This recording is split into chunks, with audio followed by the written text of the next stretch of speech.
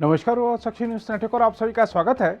Soviet संघ के अंतिम राष्ट्रपति रहे मिखाइल गोर्बाचेव का 91 वर्ष की उम्र में निधन हो गया है।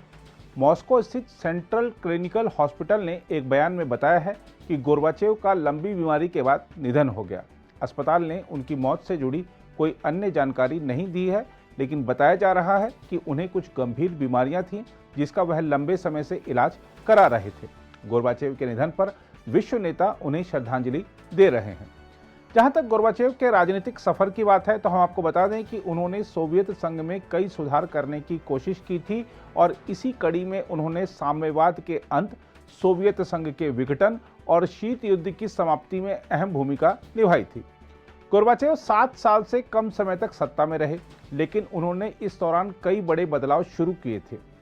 इन बदलावों के कारण अधिनायकवादी सोवियत संघ विघटित हो गया, पूर्वी यूरोपीय राष्ट्र रूसी प्रभुत्व से मुक्त हुए और दशकों से जारी पूर्व पश्चिम परमाणु टकराव का अंत हुआ।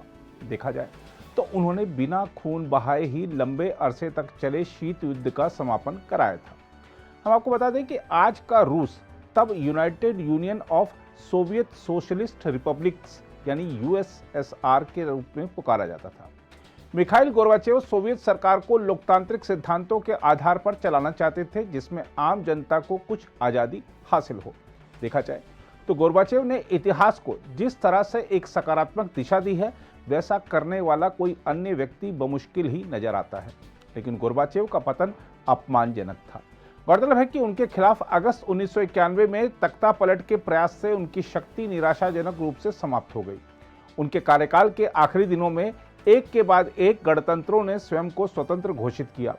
इसके बाद उन्होंने 25 दिसंबर 1991 को इस्तीफा दे दिया। इसके एक दिन बाद सोवियत संघ का विघटन हो गया। इसके करीब 25 साल बाद गोर्बाचेव ने एसोसिएटेड प्रेस से कहा था कि उन्होंने सोवियत संघ को एक साथ रखने की कोशिश के लिए व्यापक स्तर पर बल प्रयोग करने का विचार इसलिए नहीं किया क्योंकि उन्हें परमाणु संपन्न देश में अराजकता फैसलने की आशंका थी। बताया जाता है कि गोर्बाचेव सोवियत प्रणाली को कभी खत्म नहीं करना चाहते थे, बल्कि वह इसमें सुधार करना चाहते थे। यह भी बताया जाता है कि उनके शासन के अंत में उनके पास इतनी शक्ति नहीं थी कि वे उस बवंडर को रोक पाएं जिसकी शुरुआत उन्होंने ही की थी। इसके बावजूद गोर्बाचेव 20वीं सदी के उत्तरार्ध में सर्वाधिक प्रभावशाली राजनीतिक हस्ती थे। गोर्बाचेव ने कार्यालय छोड़ने के कुछ समय बाद 1992 में कहा था, मैं खुद को एक ऐसे व्यक्ति के रूप में देखता हूं जिसने देश, यूरोप और दुनिया के लिए आवश्यक सुधार शुरू किए। हम आपको यह भी बता दें कि गोर्बाचेव को शीत युद्ध समाप्त करने में उनकी भूमिका के लिए 1990 में नोबेल शांति पुरस्कार से सम्मानित किया गया था। उन्हें दुनिया के सभी हिस्सों से प्रशंसा और पुरस्कार मिले, लेकिन उनके ही देश में उन्हें व्यापक स्तर पर निंदा झेलनी पड़ी थी। रूसियों ने 1991 में सोवियत संघ के विघटन के लिए उन्हें दोषी ठहराया क्योंकि एक समय महाशक्ति रहा सोवियत संघ 15 अलग अलग देशों में विभाजित हो गया था। इसके बाद गोर्बाचेव के सहयोगियों ने उन्हें छोड़ दिया और देश के संकटों के लिए उन्हें बलि का बकरा बना दिया। उन्होंने 1996 में राष्ट्रपति पद का चुनाव लड़ा और उन्हें उस समय मजाक का पात्र बनना पड़ा क्योंकि उन्हें मात्र 1% मत ही मिले थे।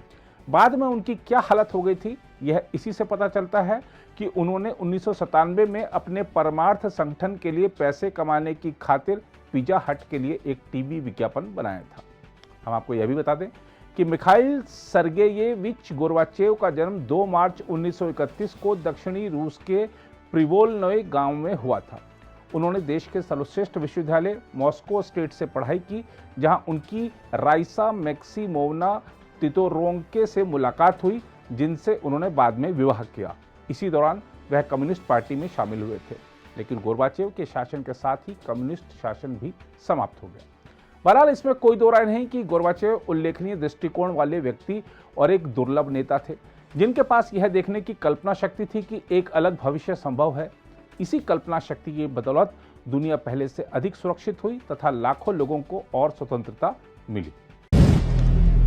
अगर आप भी लेना चाहते हैं देश दुनिया की तमाम जानकारी तो आज ही सब्सक्राइब करें हमारे चैनल को। साथ ही नीचे दिए बेल आइकन को जरूर दबाएं ताकि हर अपडेट आप तक पहुंच सके।